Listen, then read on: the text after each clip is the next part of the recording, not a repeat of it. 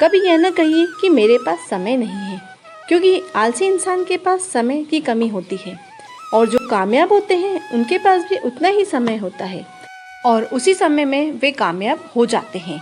आपको शिक्षक कहीं से भी मिले, छोटे से, बड़े से, अमीर से, गरीब से, उसे ले लेना चाहिए। उसी में ही आपका फ़ायदा होता है। जो इंसान मन की तकलीफ नहीं बता पाता, गुस्सा उसे ही आता है। किसी से भी प्यार करिए पर उसके लगाव में ना फंसे रहिए, क्योंकि प्यार आपको आज़ाद करता है और लगाव आपको कमज़ोर कर देता है। माफ़ करने वाला ही सबसे मजबूत इंसान होता है। कमज़ोर तो हमेशा गुस्सा करता है और बदले की भावना लेने के लिए बैठा रहता है। उसे ही बदला लेना होता है जिसका मन कमज़ोर होता है।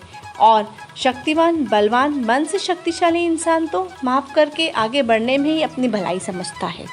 कभी भी किसी को अपने राज ना बताओ, क्योंकि राज जानने के बाद वो आपकी कमजोरियां जान जाएगा और हो सकता है आज तो आपका वह मित्र है, लेकिन भविष्य में उससे आपको कुछ खतरा हो सकता है या फिर वो आपको कोई नुकसान पहुंचा सकता है, क्योंकि भविष्य किसी ने नहीं देखा है कि भविष्य में क्या होगा।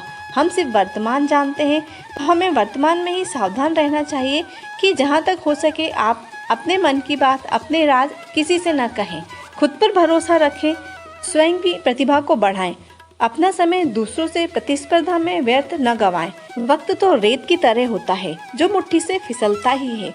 आप कितनी भी कोशिश कर लें, वक्त को नहीं रोक सकते। कुछ लोगों को खुश करने के लिए हम अपना पूरा जीवन व्यतीत कर देते हैं, लेकिन फिर भी हम उन्हें खुश नहीं कर पाते। तो व्यर्थ में किसी को खुश करने की कोशिश मत करिए। खुशी अपने मन में झांकिए। भगवान से मत डरिए, भगवान के साथ बातें करिए, उनके साथ अपना समय व्यतीत करिए, क्योंकि हमारा भाग्य यदि भगवान ने बनाया होता तो वह सबसे अच्छा होता। इसलिए क्योंकि हम भगवान के बच्चे हैं। क्या हम अपने बच्चों का भाग्य कभी बुरा लिख सकते हैं? यदि नहीं, तो फिर भगवान अपने बच्चों का भाग्य बुरा कैसे लिख सकता है? हमारा भाग्य बनता है हमारे कर्मों से, तो अपने कर्म को सुधारिए, अपने कर्म अच्छे करिए।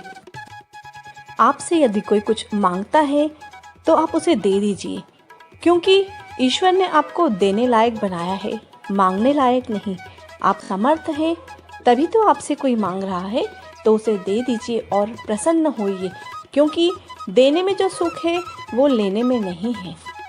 हम हमेशा खुद को दुखी मानते हैं, खुद को सोचते हैं हमें ये परेशानी है, ये तकलीफ है, लेकिन यदि संसार में आप अपने आसपास निहारेंगे तो आप महसूस करेंगे कि आपसे भी ज़्यादा बड़े दुखी लोग हैं। आप तो बहुत सुखी हैं, प्रसन्न हैं। जिस दिन मन में आपकी ये भावना आ जाएगी ना कि मुझे किसी से कुछ नहीं चाहिए, मुझे सिर्फ देना है, मुझे देने में ही खुशी मिलती है और मेरा दुख तो दूसरों से बहुत कम है, मुझसे भी ज़्यादा दुखी संसार में बैठे हैं, यकीन जानिए उस दिन के बाद से आप दुखी नहीं होंगे। यदि कोई कष्ट या परेशानी आपको आती भी है, कोई दुख आता भी है, तो आप ईश्वर से जुड़ जाइए, उन्हें अपनी सारी परेशानियां सौंप दीजिए। देखिएगा सारे कष्ट दूर हो जाएंगे। उस समय के बाद से आप कभी नहीं कहेंगे कि मेरी ज़िंदगी में कोई दुख है, और यदि कोई दुख आता भी है तो वो सब चला जाएगा। आप अंदर मन से खुश हो जाएंगे, प्रसन्न होंगे, सुख की अनुभूति होगी आपको। उम्मीद करती हूँ आज का वीडियो आपको पसंद आया होगा। यदि वीडियो पसंद आया हो तो लाइक कर दीजिए और चैनल पर नए हैं तो सब्सक्राइब भी कर दीजिए। आज के लिए इतना ही, जल्दी फिर मिलेंगे अगली वीडियो में। जय श्री कृष्णा, राधे राधे।